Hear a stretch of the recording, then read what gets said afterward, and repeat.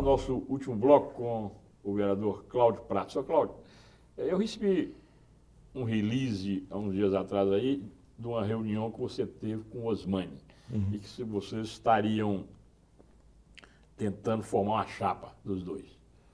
Primeiro, eu quero saber o seguinte, se é verdade. E segundo, quem seria o cabeça de chapa? Então, Jorge, procede. A reunião nós tivemos mesmo, foi uma reunião recente agora.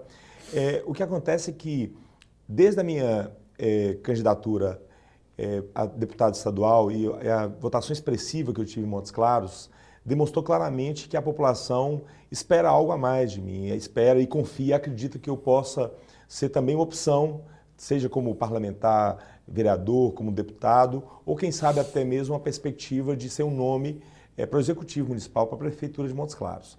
E o Osmani é outra pessoa também, muito bem conceituada, respeitada na sociedade também, e consequentemente, a gente sempre percebia que as pessoas esperavam, tanto dele quanto da minha parte, que nos apresentássemos no processo político como uma opção.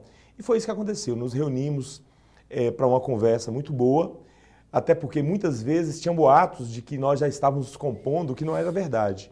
E sentamos e conversamos, óbvio, sem conversar ainda com os nossos partidos, né, porque isso tudo passa por uma composição e uma autorização de todo o partido. Nós conversamos sobre essa possibilidade, diante da expectativa que a sociedade tem e pelo vazio de lideranças, de quem sabe nós construímos uma terceira via. Nós sabemos que tem o deputado Humberto Souto, que é uma opção importante que tem aí. O próprio prefeito, não sabemos o que vai acontecer, mas com certeza também ele tem o seu nome consolidado. Não sabemos se o PT também vai se apresentar.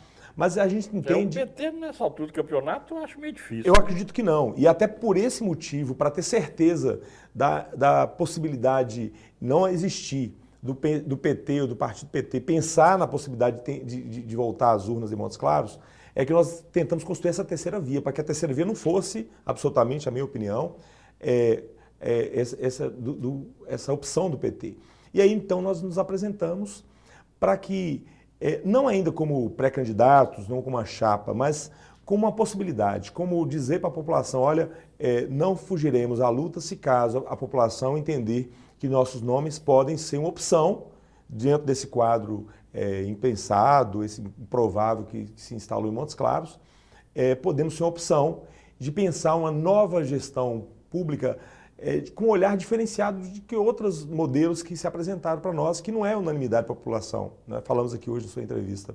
E que possam... A história mostra o seguinte, que o vereador mais votado pode chegar a ser prefeito. O Tadeu foi o vereador mais votado quando ele se candidatou e chegou a prefeito. O Rui Muniz foi o vereador mais votado e chegou a prefeito. Você foi o vereador mais votado na última eleição. Pois é, eu até agradeço isso, mas muito mais do que essa mística, eu vou chamar assim, do mais votado. Já é história. Não, exatamente. Dessa história, eu prefiro acreditar que muito mais pela força do que pela força do voto, seria a capacidade de gestão. Pois é, mas entre vocês dois, quem seria o cabeça de chapa? Vocês conversaram sobre isso? Não, nós não falamos sobre isso. Até porque a ideia é que a gente nos apresentemos primeiro para a proposta, porque só vai ter sentido nós levarmos isso adiante, primeiro, se isso também for referendado pelos partidos, né? Ele é afiliado ao PMDB. Mas nós estamos há 2 meses das convenções. Mas você sabe que essas questões só decidem de última hora. Você lembra das últimas eleições que o Humberto Souto entrou, foi faltando 15 dias para o páreo.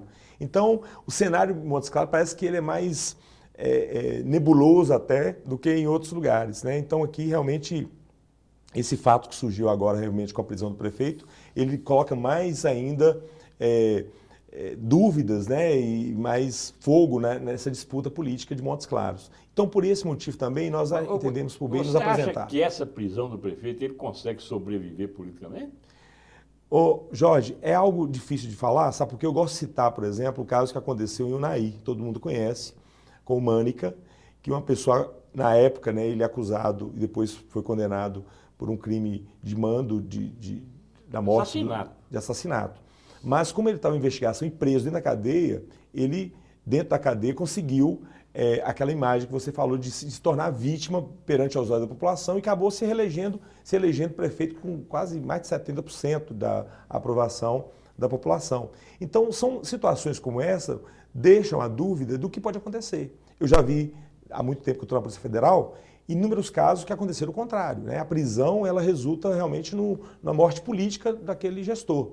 Então, são situações que nós só vamos saber no andar de carruagem. Quanto mais, obviamente, demorar que a justiça manifeste pela liberdade do prefeito, eu acredito que mais complicado vai ficar no quadro político, até porque o próprio partido se ele for denunciado, porque ele não foi denunciado ainda, né? Não foi. Mas se ele for denunciado, ele pode até ser condenado, né? E sem contar que, além dessa possibilidade, você tem a possibilidade também, que a gente soube, que o PSB, que é o partido dele, existe, né? Exatamente, tem uma intenção na nacional de pedir a expulsão dele do partido. Então, são situações que pode mudar totalmente o cenário político. E quer dizer que há essa possibilidade de você e os Osmani formar uma chapa, né? Assim, os nossos nomes, isso é verdadeiro, lançamos porque nós entendemos que nós temos essa capacidade e podemos ser também opção. Se entender que há um respaldo, que a população, de alguma forma, de forma geral, a sociedade acolhe essa possibilidade, a gente tem vindo isso de forma muito positiva, esse retorno das pessoas, quem sabe se concretiza essa possibilidade. Nós entendemos que a gente precisava se apresentar e nos apresentamos. Acho que as pessoas esperavam isso, tanto da minha parte quanto também da parte dele. Ô, Cláudio, nosso tempo está esgotado, infelizmente. 30 segundos para você encerrar. Jorge, agradecer mais uma vez a oportunidade, dizer às pessoas que nesse momento do cenário nacional, que a gente vê essa mudança política e que todo mundo está desacreditado na política, eu acredito e por isso que eu tenho me apresentado, por entender que as pessoas clamam por uma mudança de política, do jeito de fazer política, né? E ao contrário de Ruiz Barbosa, que dizia que de tanto ver triunfar as nulidades, a desonestidade, o homem se envergonha de ser honesto, eu concordo em tudo com ele, exceto nessa vergonha de ser honesto. Essa vergonha não tem e acho que nenhum de nós deve ter, de buscar a honestidade, de pautar pela honestidade, porque a maioria das pessoas, elas são do bem. As que optaram pelo mal, maus políticos, maus profissionais, eles são minoria na sociedade. Então, não percamos a esperança, é possível sim sonhar com uma cidade melhor, com Montes Claros que digna dos seus filhos e dos nossos filhos. E completando o pensamento aí do vereador Cláudio Prats, agradecendo a presença dele, completando, eu quero dizer ao nosso telespectador o seguinte, apesar da classe política estar totalmente desacreditada, não se pode ter democracia sem a classe política. Então, nós temos que aprender a escolher bem os nossos candidatos. Muito obrigado.